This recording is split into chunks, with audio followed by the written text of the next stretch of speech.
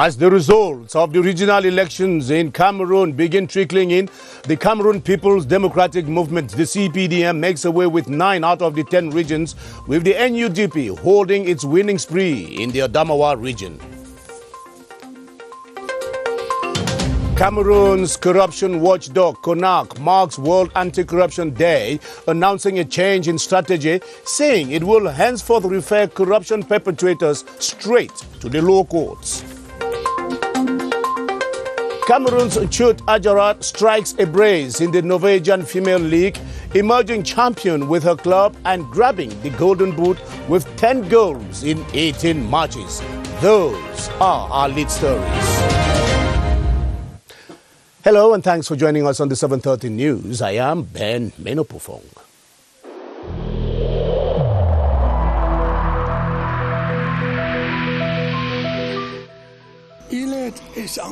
Each of us must comply with the measures that have been taken.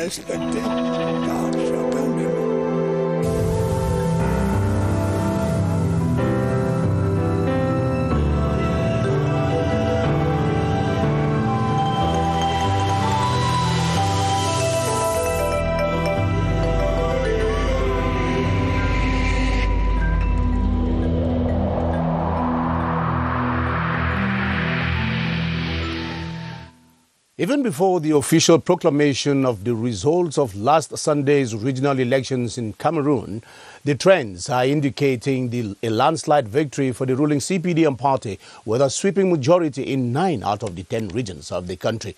Though the party will be sharing seats with other parties in the regional councils of the North, Far North, and the West regions, it has monopoly of the Northwest and Southwest regions. It equally has monopoly in the East, the Littoral, the Center and South regions of the country.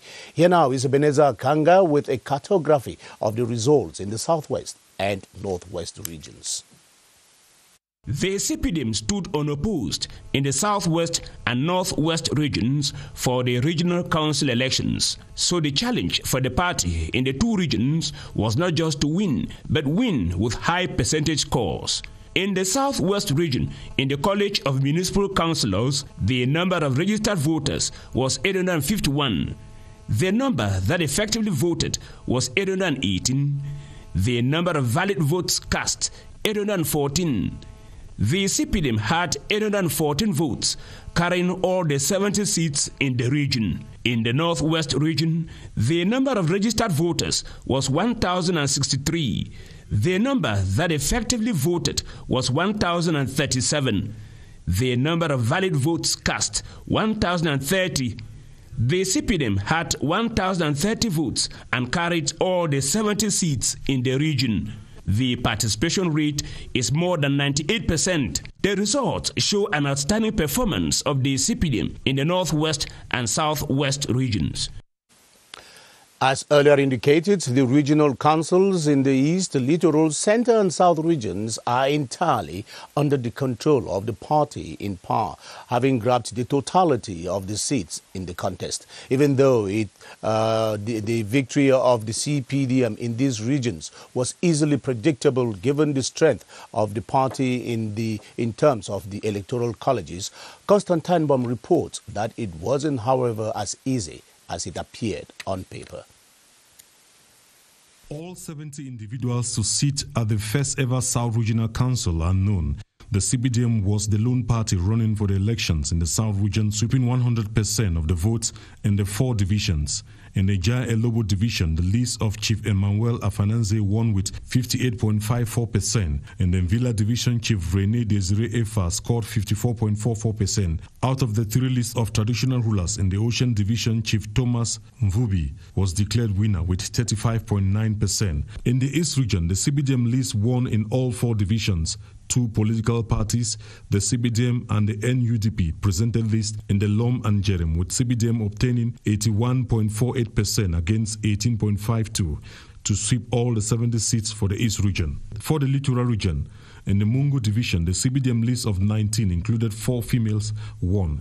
In total, out of the 90 members to form the Littoral Regional Council, 18 are women. In the West Region, the only opposition party that challenged the CPDM was the UDC in the Noon division that won with 17 members, and 4 of the seats will be occupied by women. It was a CPDM victory in the 10 divisions of the Central Region. It was just the CPDM party running in the Upper Sanaga scoring 100%.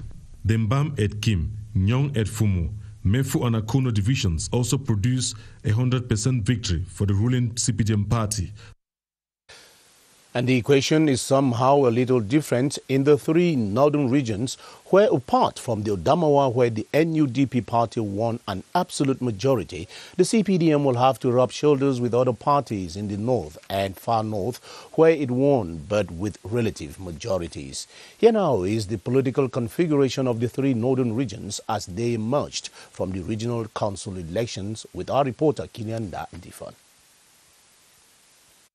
The Cameroon People's Democratic Movement, the CPDM, has won 2 out of the 3 regions of the Grand North. The Adamawa has made the difference in the whole country, the only region controlled by an opposition party, the NUDP of Bello Buba Maigari, winning 4 out of 5 divisions. The NUDP swept 56 as against 14 for the CPDM in the region. The other contestants, CPNR and Univer, only won attestations of participation. In the north, out of the 70 seats for grabs from divisional delegates, the CPDM registered 56. The NUDP won 12 seats in their Fiev Mayo Luti, while the FSNC recorded 12 seats from the same division. There are 18 women regional councillors in the north. In the far north, a small battle was visible in Mayokani and Diamare divisions. The NUDP won in the Mayo-Chanaga, but the CPDM's strong presence in the other 3, Mayo-Danai, Mayo-Sava, and Logon-Anshare, gave the ruling CPDM party the majority needed to win the most beautiful region of the country. The representatives of traditional rulers, 20 in each region, had their own contest, and the list that have won complete the regional councils.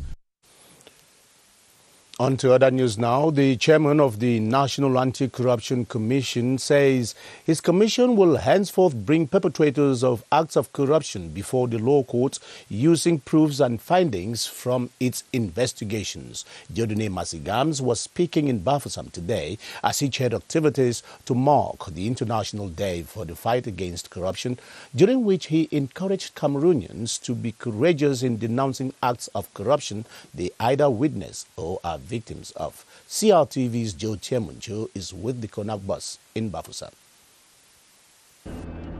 On the Yaoundé-Akonolinga Highway, the mobile team of the Anti-National Corruption Commission seized some twisted banknotes of 500, 1,000 and 2,000 CFA francs from the gendarmes at Awai checkpoint.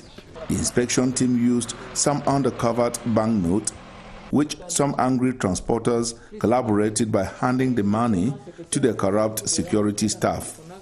At the Awai checkpoint, frauds were noticed in the sale of toll gate ticket, where some road users do not pay and others pay and abandon the ticket. A police inspector took to his heels, running into the bush to hide the corrupt money collected from road users.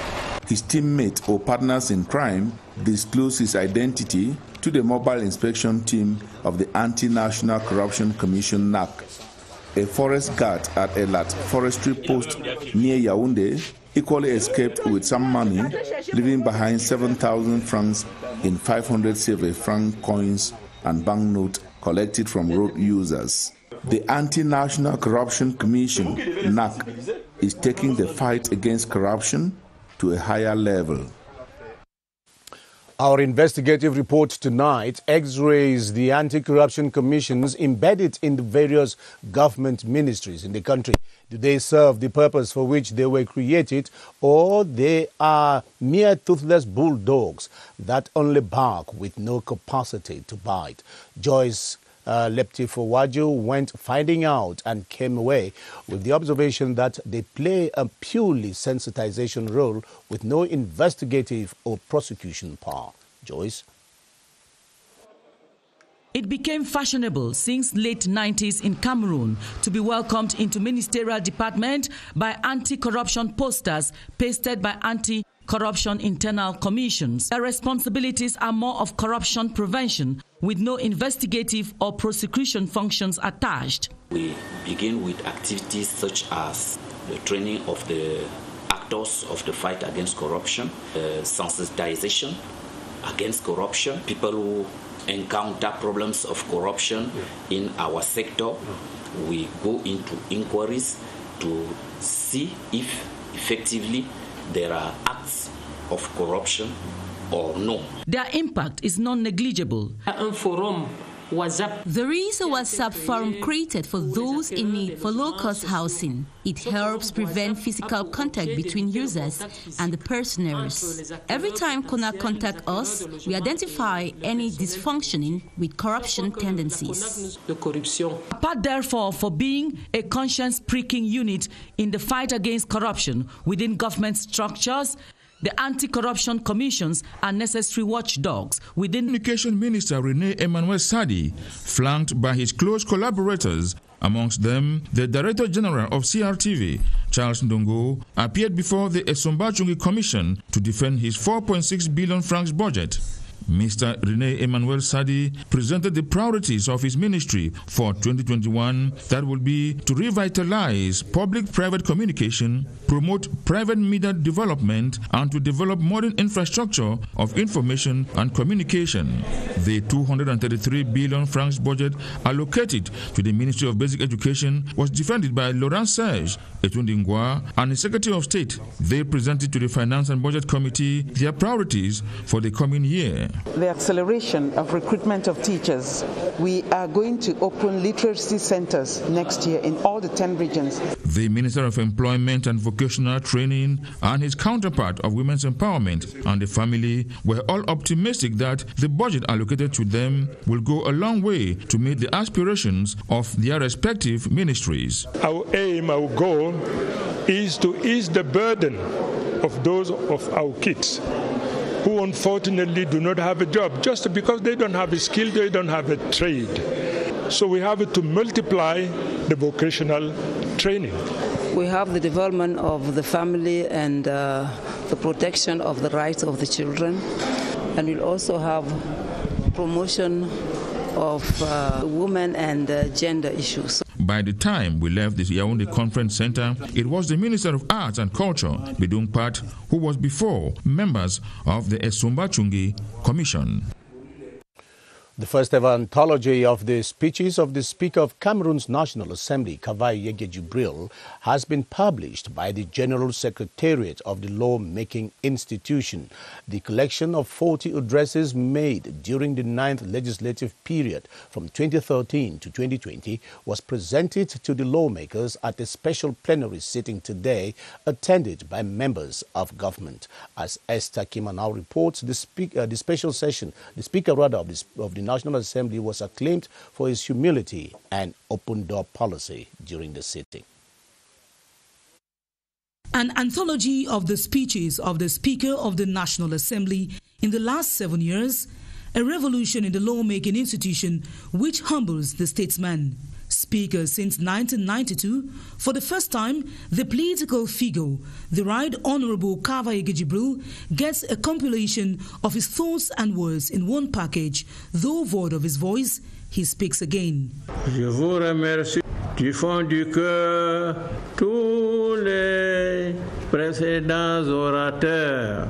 His modesty is saluted by those who lived the 9th legislature and also his allegiance to state institutions. Mr. Speaker, your open door policy made adaptation easier and quicker.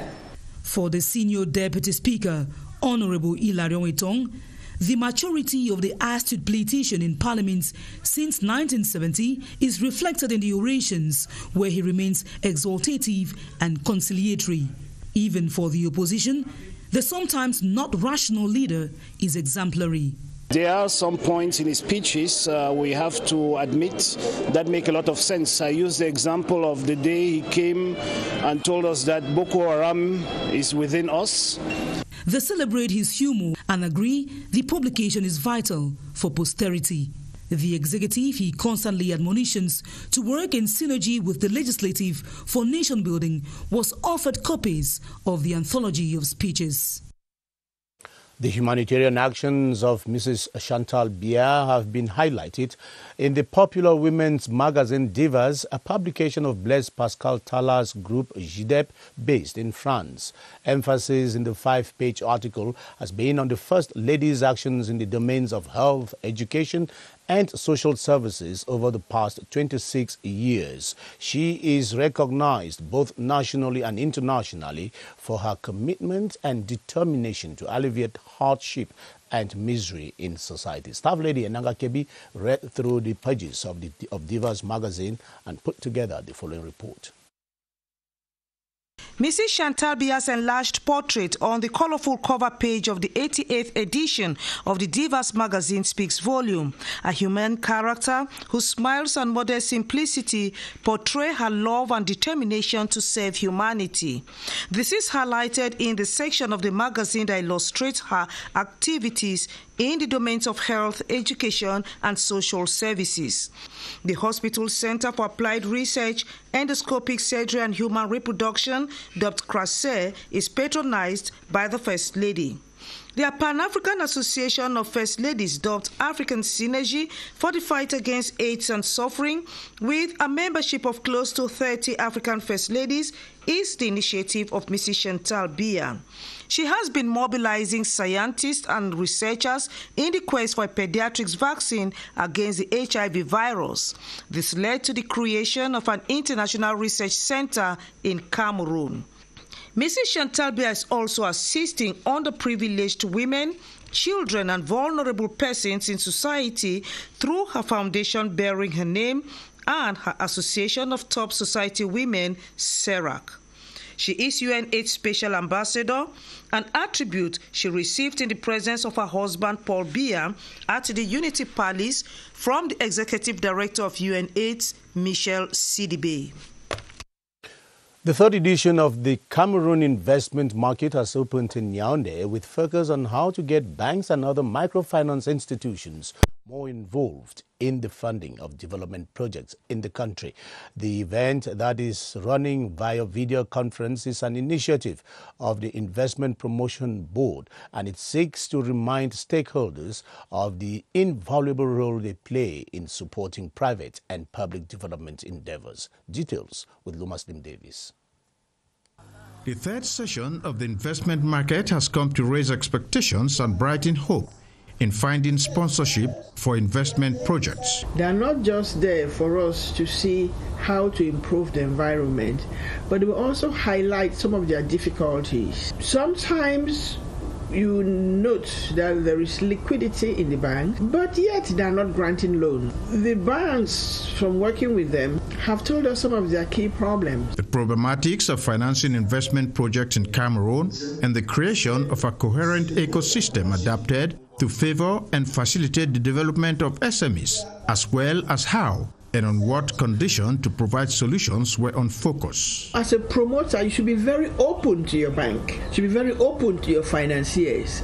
Because if he knows where you went wrong, he says how he can hedge it. Other exposés of the day centered on crowdfunding, risk management, financial and guarantee risk, amongst others, designed for the purpose. And you're watching the 7:30 news on the Cameroon Radio Television, the CRTV. We are broadcasting live from Yaoundé. According to the constitutive text of the Cameroon Music Arts Corporation, Sonocam, the key mission of the structure is to collect and distribute royalties to musicians. The text specifies that 65% of the royalties collected are redistributed to the artist, while 35% is reserved for its running. Yet, one of the banes of the corporation has remained its inability to collect and actually pay out these royalties to musicians. Act 3 of our running series tonight explores how Sonocam structures and functions and why it is unable to pay out the royalties as expected. And our lady on the beat is Emmanuel Abamnyoy. Music played and danced to for free by most Cameroonians in bars and other public places, whereas it should be paid for so that the Music Arts Corporation, SONACAM, should realize money to pay out as royalties to artists. There's been a lot of division amongst the artists, some who are going to meet the users to say don't pay, and some are saying no pay, and so when the users are confused, they take advantage of that situation. The journey has been long for these authors' rights management bodies since 1958 with lots of mutations, yet artists have got to fulfill conditions to benefit. Made up of 15 board members and a general assembly of thousands, SONACAM has continuously been heavily criticized for failing in their missions. Collection most of the time is forceful because people don't happily want to release money. So you have to build the arguments and explain to them why they have to pay. Will the December 12 elections bring an end to the long-time squabbles in SONACAM? Only time will tell.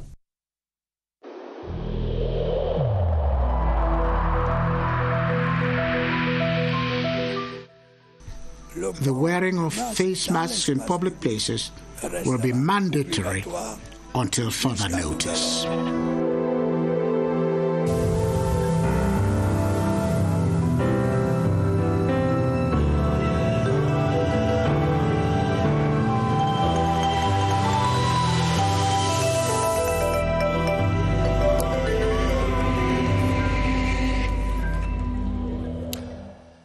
It's the month of December and the dry season is gradually taking its toll on the inhabitants of the country with seasonal infections whose symptoms are more or less similar to those of COVID-19. Many a Yaoundé city dweller is now caught in between and in betwixt, not knowing whether they are suffering from opportunistic infections or they are at the verge of contacting the coronavirus. Baldwin Sama and his guest, Dr. Joseph Fonkam, are at the Public Health Emergency Operations Center to clear the air on this confusion.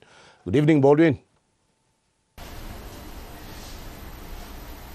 Good evening to you, Ben Menopofong. I should say many Cameroonians have been so worried as to knowing the right differences between the symptoms of the coronavirus and other illnesses typical of this particular period. We are talking about the dry season. We discussed that tonight with our guest, Dr. Joseph Fonkam. He is a virologist. Good evening to you, Doctor. Good evening, Baldwin. Before finding out the differences between, in terms of symptoms between the coronavirus and the illnesses typical of the dry season, what are some of these key symptoms of the COVID-19 that Cameroonians need to know? Effectively, Baldwin, in our context, we have tested so many Cameroonians positive with coronavirus. And what we have realized among Cameroonian patients suffering of COVID-19, the most common manifestations are, for example, fever. You also find those who have issues like dry cough. You also find those who have headache. You find others also who feel tired. The difference you always see with COVID-19 is generally when they get to the severe stage, like you find those who are suffering, for example, of a chest pain or a chest pressure, or those who also have a difficulties in breathing or a shortness in breathing. So those two are really what we find typical with coronavirus. But what we really want to emphasize is to avoid getting to those critical points. It is important, if you have any symptom or if you know that you were exposed to any positive person within the last 5 to 6 days, please get tested as soon as possible in order for us to mitigate or to minimize the risk of getting to the severe condition. Thank you so much, Dr. Joseph Fonkam, for being available as a guest this evening. We should always remind ourselves that we should go and have ourselves screened for COVID-19 whenever we discover that we have any symptoms, so as to be certain of what we are suffering from. Back to you, Ben Menopofong. And thank you very much, Baldwin Sama, with those clarifications out there. 100 million CFA francs has been pledged for youths who decide to connect on the Nano funding platform. It is a gift from the Françoise Pouenet Foundation to the Youth Connect initiative, today celebrating 1 year of interconnecting Cameroonian youths to various career opportunities. The ceremony, marking the first anniversary in Cameroon, took place at the Yaoundé Sports Complex under the stewardship of the Minister of Youth Affairs and Civic Education, Mununa Futsu. Yoti Kaleli Songe was there for the 7:30 news. birthday to you.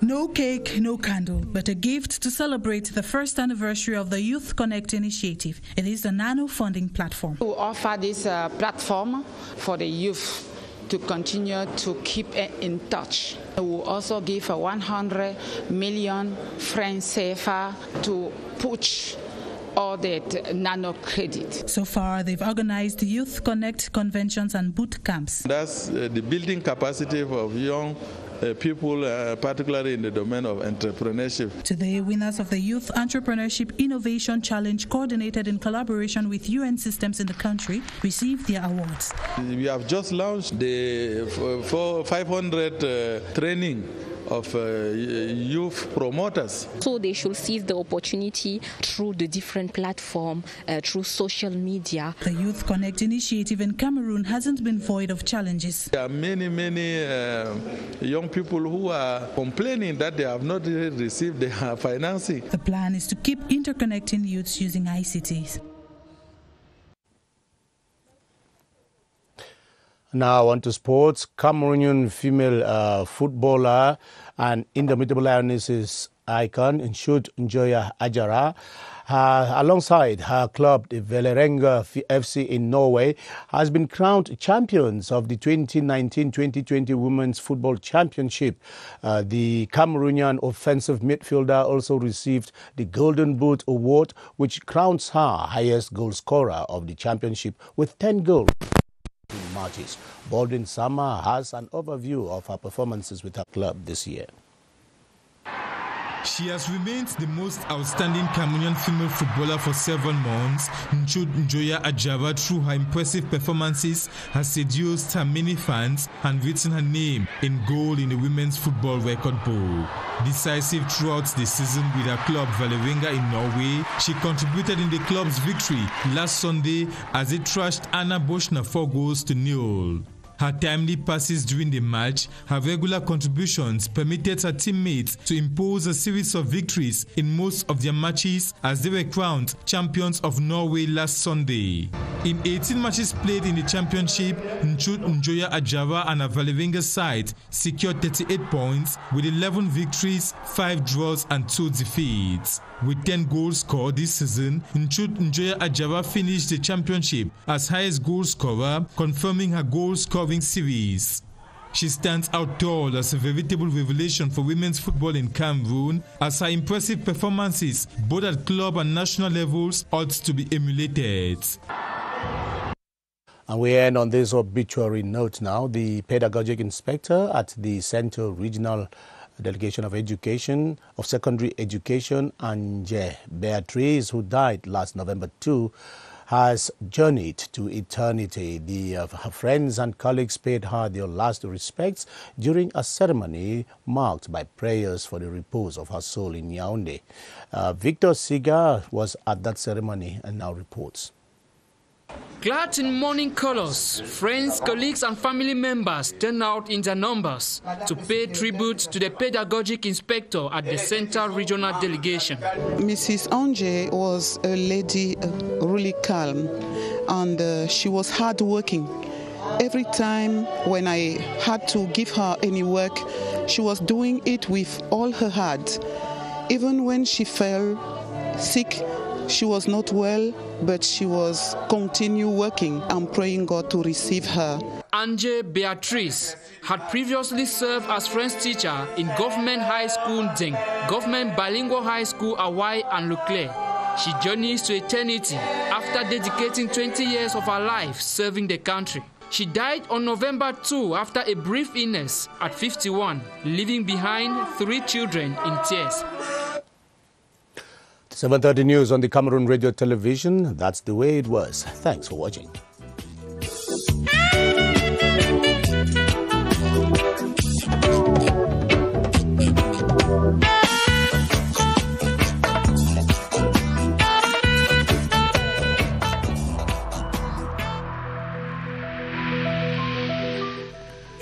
In this connection, we should avoid stigmatizing.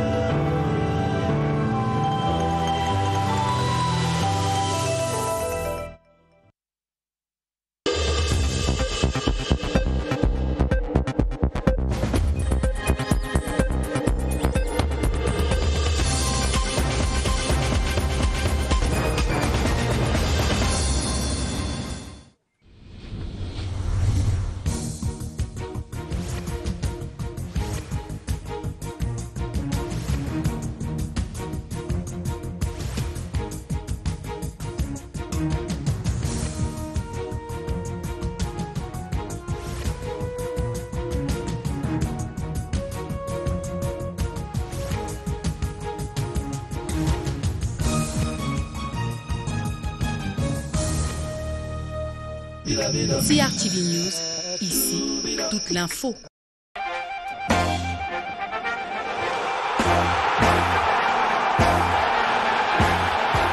Formé au Cameroun, j'ai joué à Puma Football Club et dans le Cameroun de Yaoundé. Mon rêve a toujours été de voir une grande compétition se jouer sur le sol camerounais. Venez nombreux vivre les moments inédits du football africain. Total African Nations Championship Cameroun 2020. Le Cameroun célèbre le talent sportif africain.